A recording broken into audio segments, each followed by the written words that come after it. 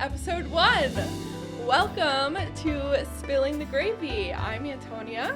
I'm Michelle. So our podcast is going to be all about family, our relationship, and your relationship with any of your family or in-laws. And maybe we could give some advice and help you guys out. Because we're not shy about giving out our advice. No, not at all. All right. Well, cheers. Cheers. Episode 1. Here we Episode go. 1. Thank you to all 30 of our family members. We're going to watch this. We love you, Aunt Ro. Love you all. So don't mind, I have paper notes. So eventually we'll get much better at this, but in the beginning. So maybe we should just quickly start and give you the immediate family members' names, because I feel like that's a good idea. We're going to say the names not thinking about it, and no one's going to have a clue who we're talking about, except, the 30 family members that are the only people that are watching it. Being that this is her side of the family, I think that you should kind of break everybody down. As she said, I am Michelle, the mom of the family. My husband, the dad, is Jeff. Then Evan is my oldest, who is now her husband. And then Ryan is my youngest, who they're 5 years apart. And that's the immediate family of, my kids, and now having my DIL. My mill. And Grammy. And Grammy. So my mom is Jean, who lives with us. And we have we'll get to all this where we live, but you'll hear about Grammy as well. Well, they actually already know. If you watched the trailer, I said. The trailer that I watched. I live across the street from my mother-in-law. People look at me like I'm crazy, but that's a whole other episode. Yes, but we'll that get to is. That. So this first one is just, as you can see, very rough around the edges. We've never done this before. It's us kind of introducing who we are and kind of how we got to this point. Yes. So I've known you a long time. Yes, you were a wee little one when I met you. A wee little one. A little sophomore in high school. Our relationship has definitely grown over the past few years and turned into something that maybe isn't normal. We're normal. But we've definitely formed a bond that I would say some people think is not normal for a mother-in-law and a daughter-in-law to have. Obviously, like she said, I was very little. I was 15 when I first met you, and I did not really talk that much. No, I thought she was mute. Yeah, no, I really didn't talk that much, but I don't remember necessarily the first time that I met you, but I assume it was probably that you dropped me off from school. I don't really remember either, but yes, so I would usually pick, because my kids didn't take the bus, I would pick them up from school. She's not an Italian mom or anything, didn't let her kids take that bus. So I do think I was picking Evan up, picked you up, and dropped you off at home. That probably, and literally, if she said hello and goodbye, that was probably it. Yeah. I think I was scared. I wasn't scared of you. I was just scared of, Well, we should probably also tell them Evan was also her first boyfriend. So she had Yes. not really been in that situation before. When we first started dating, did Evan, tell you, hey, I have a girlfriend? Or, So I think first he told me there was someone he knew he liked. So Evan had another girlfriend prior. It was kind of his first love, very devastated when it broke up, which broke my heart because he was upset, made me upset. So I was happy that he was just kind of, for a while, that was over, hanging out with his friends a little bit. And then it didn't take long, though. This is his doing. Before he started talking about this girl. Well, I think you had homeroom, but you had English class together, didn't you? Or some class? Yes. So English class is the class that we became close in. So it was that. So I knew about it from him saying there was a girl in his class. And, he's a boy, though. So unless I asked questions, you really didn't get a lot out of it. So first it was sort of like a friend. And then he started doing more things with this friend. And then I dropped you off or pick you up or drop you from school with his friend, who then became more than a friend. Yeah. Yeah.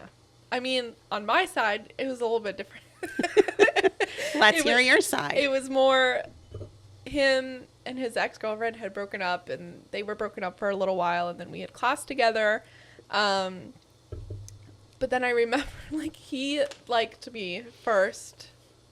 Kind of like as soon as like we started talking, he's like, yeah, I like you. Like, he was very open and blunt about like, so like I like you and like we're gonna go out. I'm like, no.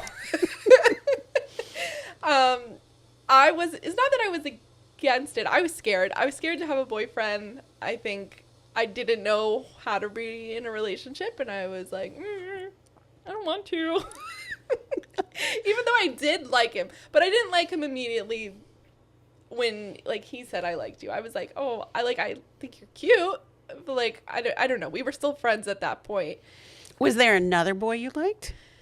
I don't think so. I don't remember, like, maybe I had, like, crushes, but, like, I don't think See, there's still things we don't know about each other. I didn't know that, like, whether there was somebody else or...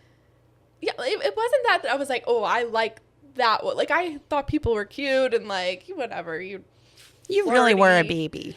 Yeah, I was 15. I didn't know anything about anything. I was a little different at 15.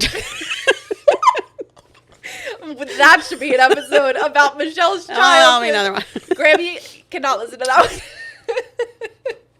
one.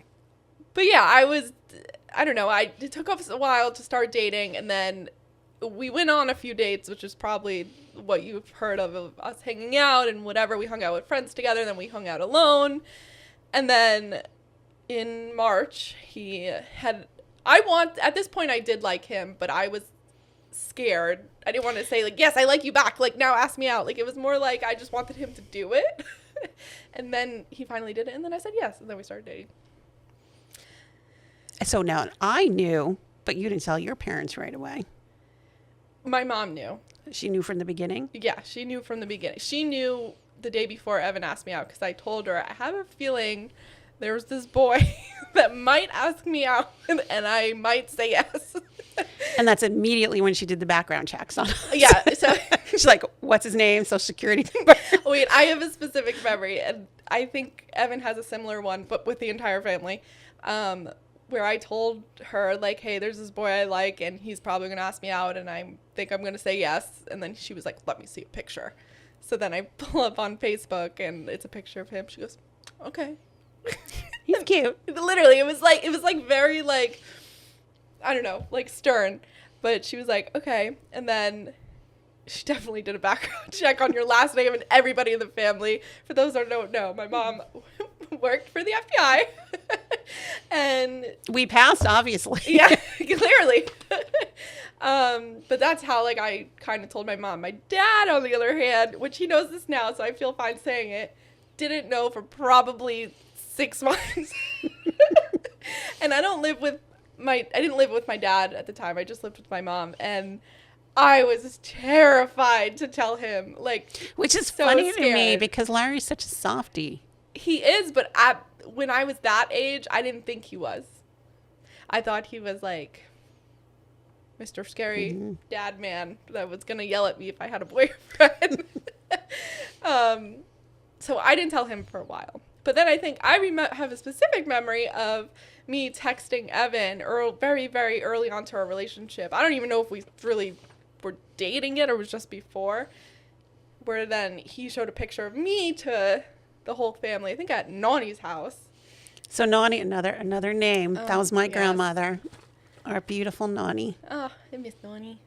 Well, again, which we'll get into in other episodes, you're going to show it. There's going to be a full family around, big Italian family. Yep. Picture's going to get passed around everyone because Yep. you got to pass everyone's inspection. Yeah. And it, like, knowing what I know now about you guys, I'm, like, so embarrassed of that picture. You were adorable. I know, but, like, I was 15, I had pimples, like, just got my braces off. I was like, so did he. But, yeah, that is one of the first few memories that I have. And then when we started dating, I obviously had met you, and then I think I met Jeff.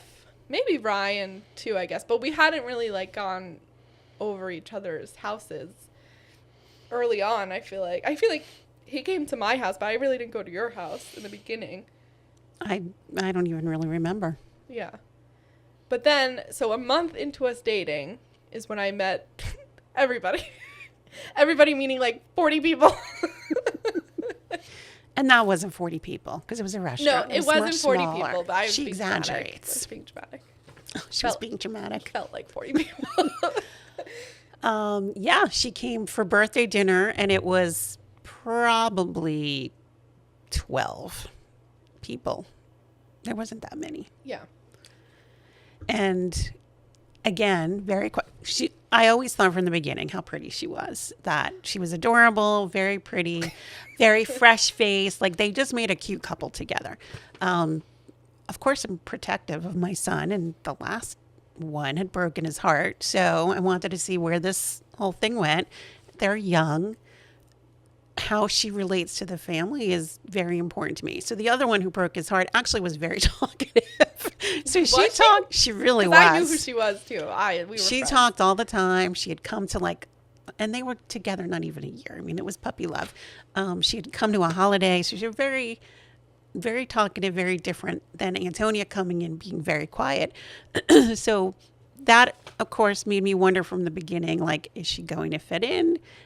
Obviously, I get you're young, you're coming into the situation. There's a lot of people you don't know. As a teenager, you're a little awkward to begin with.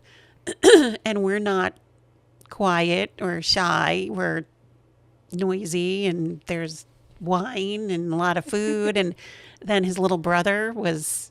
This is what I remember more than anything. Ryan with an iPad taking photos of her, little weirdo. Such a creep. He's such a weirdo. So if they were 15... He was 11. He was 10. He was 10? He was 10. Math is not her strong suit. No. Yeah. Yeah, that is... So, like, I remember... You were still 15 then, right? Yeah, because your birthday... March, and then your birthday's April, so I would have been 16 that October. But was Evan 16 then? Evan had just turned 16. Okay, then you're right. Yeah. Because then he was 11. I stand corrected because if Ryan... Oh, then yes. If because Evan was 16... Oh, see? I'm right. She was right. Oh my God, she just said I'm right. Episode 1, how far in? You better mark this moment down. It's about the only time I will be right. So yeah, she was quiet, but she remained that way. So it wasn't just the first dinner. Yeah. So she remained that way. They were very cutesy together. Evan, I think she was uncomfortable with it, but Evan was very like huggy. I'm not a PDA kind of person to begin with. It wasn't even just because I was young. Plus, I was uncomfortable. I'm like, I don't know. I didn't grow up with my mom and dad obviously weren't together. It was just I lived with my grandma too. It was just 3 ladies in the house. It was never I saw affection like that. So to me, I was like, what do I do? But yeah, obviously in private we were loving whatever, Yes. but just in front of a family, it made me feel like this is weird. I don't know, but. So the only way to get her to talk would be for me to ask her questions. Yes. And, Yes. and then she'd have no choice. Yeah. But to I don't respond. think I mean, I'm not saying I had full conversations like this with you. I wasn't yes and then put my head down. Was No, I? you would. You were shy, but no, you would Yeah. answer. But she was not going to initiate conversation. No, I definitely had to initiate conversation. My dad, who is no longer with us, was very talkative also and loved to fool around. And I think the minute he knew that she was shy, he was going to try to bring her out of her shell a little bit. So he would tease her and never call her by her right name. No. And I don't know how you didn't know how to handle that. I don't even think I corrected him. He knew it was Antonia, but on purpose he would call her Antonella, yes, my name is Antoinette. Antonella. He would have, and he'd wait to see, and she would not correct him. I was not going to go. I remember the first time. So it was actually that same day because we all went to dinner and whatever. And by the way, that's when me and Evan had our first kiss. You knew that. I did. Well, I didn't know that then, but I've known now since. you know that. So after that dinner, me and Evan went to the car and we had our first kiss. Because of course, that's when you have your first kiss, when 12 family members are in the You restaurant. weren't there. We were in the car. But like, So romantic. But anyway, yes, I remember Ryan snapping pictures of us, like, Not kissing. no, not kissing. But like just snapping pictures of us at the table, and then I said hi to this long line of people. And I had no idea who they are, and she's like, this is my brother, this is his wife, these are the kids, these are my cousin, like everybody, blah, blah, blah, blah. And yeah, so we all had dinner or whatever, and then we went back to Grammy and Pa's house, which is your house now. And I remember him being at the door and looking at me like, are you a Giants fan? And I was like, yeah. He goes, okay, good. Because they're all Cowboy fans. My whole family, Yes. are Giants fans. My husband and my kids are Cowboys fans, Yeah. which makes us now Cowboy fans. Yes. There's Cowboy stuff all over my basement. I feel like then he was like, okay, Okay. got it now. But I would never correct him on my name. I think it took, honestly, I mean, so I feel like as it went on, we got into a normal relationship where you would come over, he would go by you, Yeah. just sort of Standard. parents of the boyfriend, Yeah. high school sweetheart kind of thing. Never like deep, in-depth conversations or anything like that. I don't think it was probably till closer to you going to college.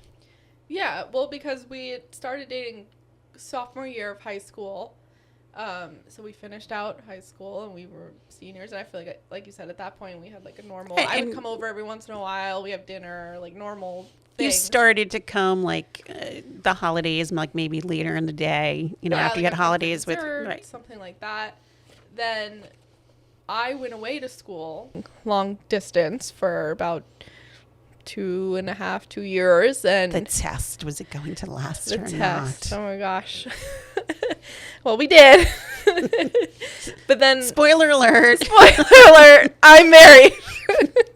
But then once I came back, we used to Evan and both her boys play hockey, and we used to travel to the games together. Me and her would drive for like 2 hours, 3 hours to go see the Evan play. And then we had no choice but to talk to each other. Well, she had no choice. She was a captive audience then. But that is really where the bonding started. We had like really deep conversations in those And it was car random rides. too. Like, it wasn't like I was like I am now, like, oh, I'm itching to tell Michelle something. Like, it wasn't like that. It was just like naturally happened. Because again, I ask a lot of questions because I'm trying to. Yeah. I remember the first time I knew it was just going to be the two of us driving. I'm like, and it was like 2.5 hours, and I'm like, what the hell am I going to do for 2.5 hours to keep her talking, and it's not going to be silence in the car? I don't remember the first time. I just remember repeatedly, like every week, we would take these like 2-hour drives, just me and her in the car. Because at that point, Ryan was playing. Well, they always both played, but one of us would be with one kid and one would be with the other. Yeah. So it was, I would take her to go to Evan's game. So yeah, it was, I think, me just starting to ask questions, and you started to feel more comfortable and open up more, and that's what started it. Yeah, I think I too was going through a lot of things at that time, and obviously there's another episode that we're probably our next episode about grief and everything, but my mom is no longer with us, but at the time when she was sick. She had lung cancer, and I think I kind of would talk to you about that, of like, well, she's going to this doctor and this doctor, and we're doing this and this, because like I was the only one living with my mom, and I really didn't know what to do. I mean, her mother was wonderful and tried to shield her from a lot, and she did for a really long time. Yeah. And I think that's, and again, we will talk about this on other episodes, but I think that was hard because she knew what was going on, but she had a mom who loved her enough that she didn't want her to sit in what was going on. So I think you didn't really know how to deal with it and how to talk No. about it. And you couldn't talk about it with her because you didn't want to bring her to that Yeah. place with you. So that became something that we talked about. And by the way, my dad was sick. Yeah. My dad was sick with cancer at the same time. They got diagnosed Like a couple months pretty, apart. yeah, pretty close Because together. no, because I have the specific memory of me and Evan. We had found out that my mom had cancer in November of 2013. Same year we started dating, because we started dating in March, and then that November 2013 is when we found out my mom had cancer. And when did Pa get diagnosed? It was February? January. Oh, January. So that January. And I remember being with Evan in the basement and him finding out, and we were talking about it, and we were like, what the fuck? Yeah. Like, we were just kind of like somebody that he's so close with, and somebody obviously like my mom, we now have to deal with this. And not necessarily that we had to do anything, but it's just like figure out how to deal with your emotions at that point of like, I'm scared. Right. So I think that did become part of our conversations. yeah. And then it became so much more. But that's kind of where our relationship took Yeah, definitely. the shift. Yeah. So I think we went from the car rides getting us to a different point and really taking the turn on us bonding. Like we said, there was a lot of shared grief between everyone. And then, navigating, obviously, I'm Evan's mom, not hers, but we knew, by this point, we all knew they were going to get married. They weren't Yeah. engaged or anything, but something catastrophic would have had to happen Yeah. for these two not to end up together. So I think that was sort of, we all knew that was what was going to happen. So our relationship just continued to grow. Yeah.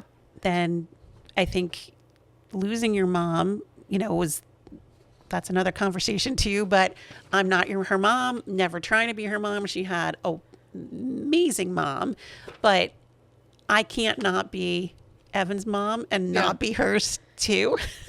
Yeah, that's 100% true. And obviously, like, after my mom had passed, like, I had to sell her house because obviously we had a very nice house together, but it was not a house to grow a family in, and I just didn't feel comfortable in the house anymore at that point. So I don't know, we didn't even have a conversation. I think that I just expected that she would come in until they figured out what they were. Well, you were engaged at that point, though. When I moved in with you? No, you weren't. Well, you were kind of going back and forth. So no, you weren't engaged until No, I remember. We got engaged December. her mom passed in September. We got engaged in December, and her house officially sold in April, right the week before the engagement party is when my mom's house sold. So right after that, I moved in with you. But you slept over a lot.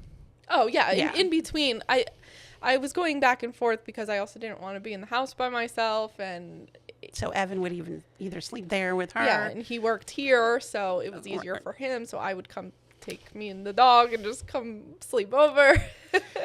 So again, a relationship that continues to evolve, and that could have been sticky, or how was it Yeah. going to be? Because then we were all like, it's one thing that we live across the street from each other. We were together. Yeah. They were upstairs, and there's a space upstairs in the house where they kind of had their own bedroom, their own bathroom, but it's a shared kitchen. We eat dinner, and it's what we do. We eat dinner together every night. So it wasn't going to be like they were going to do their own thing. We were all going to be together. And I think that's when I realized even more. And I kind of already knew because, at this point, like, we're sort of glossing over how this all went. It went from from me thinking she didn't speak, to our relationship really growing and us having great conversations, to her being comfortable with the whole family, really. And then just, she was a part of our family. There was like no question, like immediately she was just enveloped into our family. Yeah. I think too, like, you never, even when I did live with you, I never felt like I had to eat dinner with you either. Like we wanted to, But that was the thing. Like, you never made me feel like, oh, well, you have to do this and you have to be here and you have to do this. Like, it was never like that. It was just like, I wanted to and I knew you wanted us to. But you were never going to flat out be like, no, you must eat dinner with us every single night. Like, no, you can eat wherever you want. But, yeah, I mean, I think that, too, made us a lot closer. And I think that even made me feel more comfortable, like, me going into your house and just being like, I'm gonna take some noodles from your house. Yes, she comes over now sometimes just to grab her lunch. You know, part of what we want to talk about here is, I think, the culture as well. Yeah. And, Yeah. you know, we're Italian. That's what we know. So we talk about it being Italian. But I'm sure that there's tons of other nationalities and cultures that do this too. But part of, you know, what we do as a family is eating dinner. Yeah. You know, Italians sit around the table. So breaking bread is a form of love, and food is a form of love to us. And sitting around that table is also how we show like love. So we are not the family that sits at the table and we eat in 5 minutes. She's a fast eater. Eats in 5 minutes and gets up. I grew up this way, and it's still like this today, that we sit there and we talk and we're long done eating and we're just hanging out at the table and we're talking about who knows what. It could be anything on any given day. Yeah. So I think that was something you coming in too, all right, here's this family. I didn't grow up this way. I ate dinner with my mother every night, but I didn't grow up where it's like 2 hours later, we're still sitting at this table hanging out. Yeah, no, I mean, I think part of that is too, it was either me and my mom and my nanny when we lived with her, or then it moved on to just me and my mom. So like we talked, but like I didn't have this big family surrounding me 24/7 like the way you guys did. But like I feel like, at least I remember before I lived with you, even when we were dating, that would be like some of my favorite times. Like I couldn't wait to go over on Sunday, because I would usually come every Sunday at least, and have dinner, because I'm like, oh, then we get to like talk for like 4 hours. Right. And it's not, I mean, especially on a Sunday, it's a sports day. Like the boys will get up then. The boys will get up and they'll go sit in the living room and they'll be gone, but we'll still sit there. You know, Grammy will be there. Yep. If there's extended family, you know, my sister-in-law, you know, when Noani was there almost every Sunday too. So the girls would be sitting there and she would be there with the girls. Yeah. Even if I was quiet sometimes. I mean, I think at that point I really wasn't that quiet, but like I definitely didn't speak my mind the way I do now. No, you're comfortable now. Now I like yell at everybody. So I think that's part of it. And so, yes, it's an unusual relationship. And I always say I'm transparent to a fault. I try not to sugarcoat things. I say it the way it is, but I try to be respectful. I think you always see both sides of things, but you're just always going to say your own opinion, which is always very appreciative. I always tell you, even if we don't agree on something, I still want your opinion. And I know you're going to give it to me anyway, either way. But like the point is, no, I want to hear what you have to say, even if I don't agree with it, which is not very often. There's very few things that we really disagree on. So to me, like, I'm like, no, I want your opinion. I'm always going to respect your opinion. I'm never going to be like, no, you're wrong. Like, it's how it is. It is. So I think that probably more so I shouldn't say more so for you, because for me too, you hear it different ways. So I hear from people, you're so lucky to have Antonia. You have such a good daughter-in-law. She's so wonderful. You're so lucky that, you know, Evan found her and she fits in so well with the family. And I know that. I'm 150%. I am on board. I am so lucky. But there's the fear of, oh, your son is going to get taken away by whoever he ends up with. So yeah, as the mom of just 2 boys, I don't have a daughter. That's always the thought, like, oh, I know from me that kind of happens. I mean, I do see my husband. I always saw my husband's family, but we did a lot. We vacationed with my parents. We did a lot with my family. So that is the fear of, you know, you're going to lose your son to this woman. Yeah. So yes, I always knew, and everyone always told me how lucky I am to have Antonia.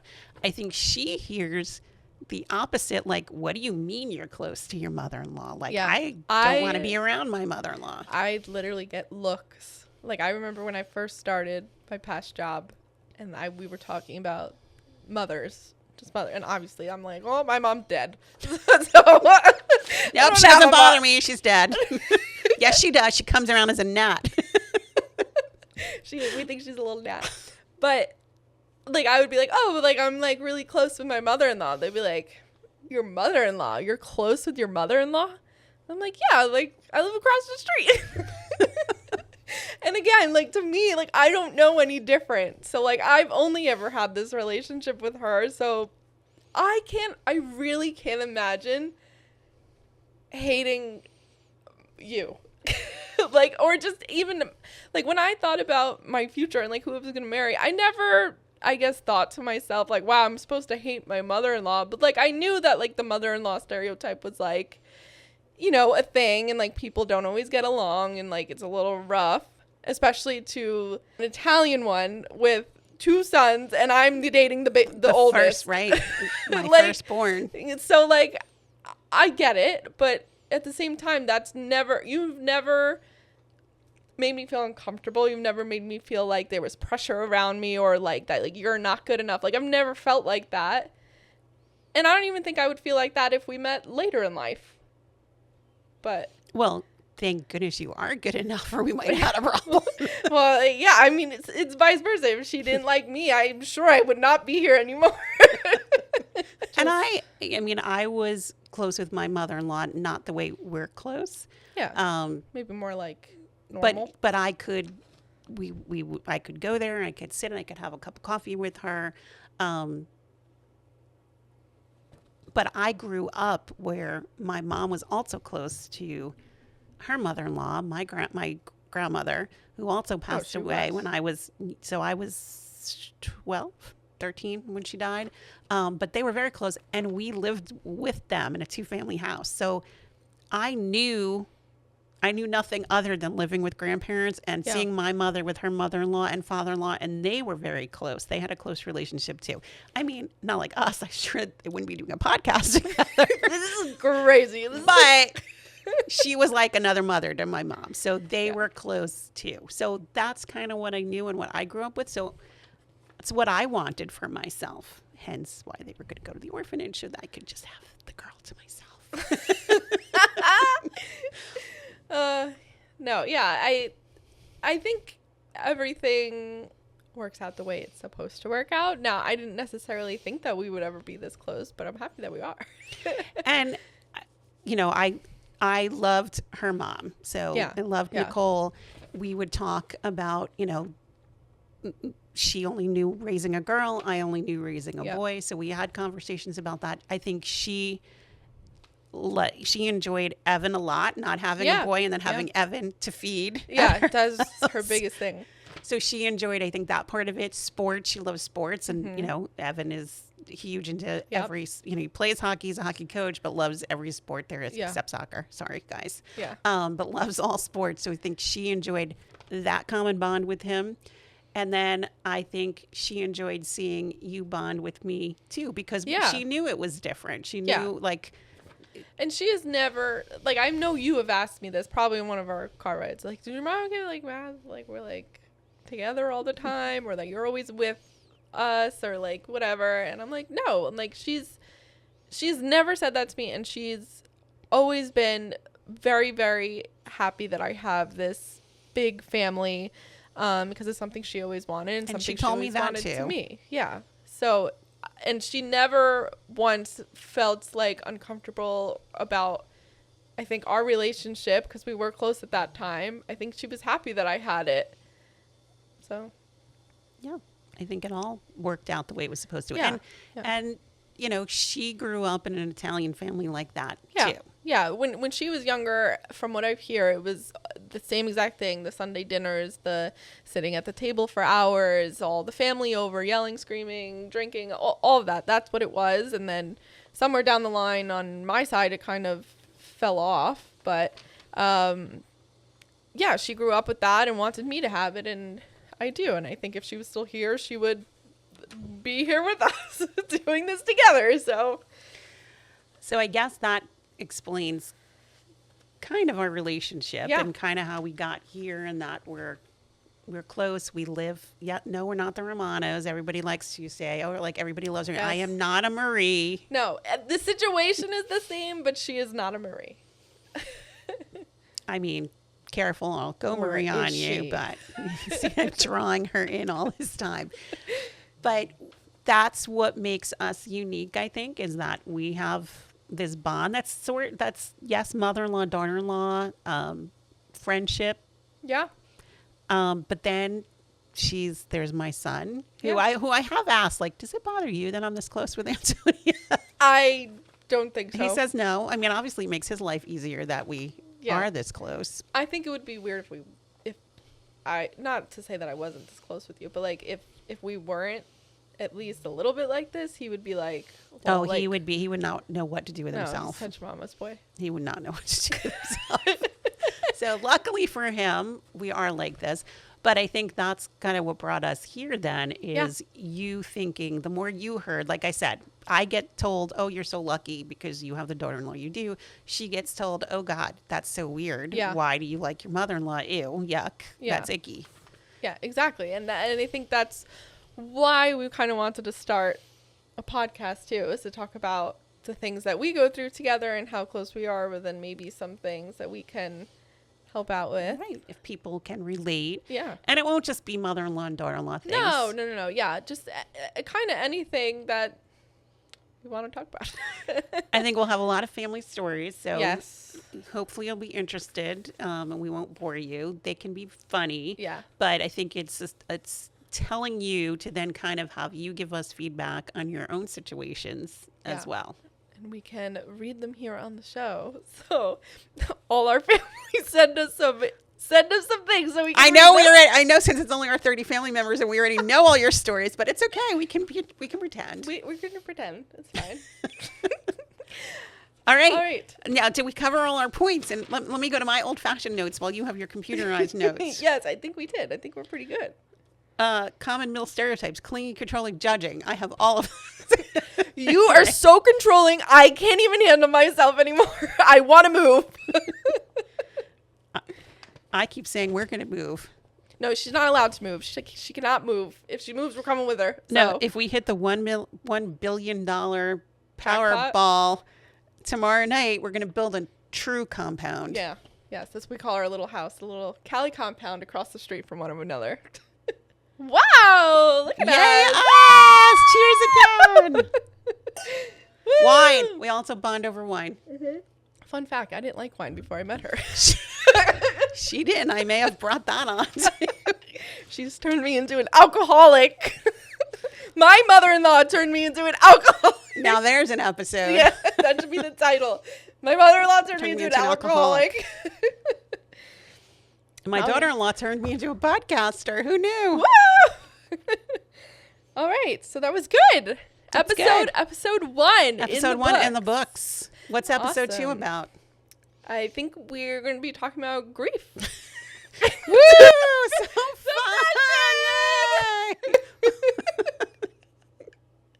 This is ridiculous. Anyway. Well, as you can see, even with grief, we're both, I'm definitely from the belief, and we found that in common to you, that we feel like you kind of have to take it with, you have to put some humor in it too, because that's how you get through it. Very bad dark humor. Yeah.